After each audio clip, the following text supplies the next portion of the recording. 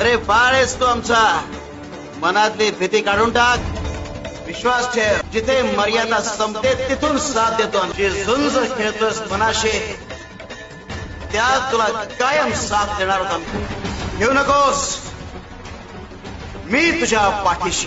लागले हे डोळे माझे तुझ्या राऊळी, तुझे नाम घेण्यातून मी माऊली.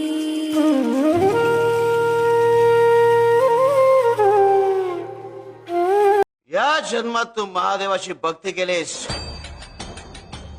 पण मागच्या जन्मीचे काही हिशोब बाकी असतात.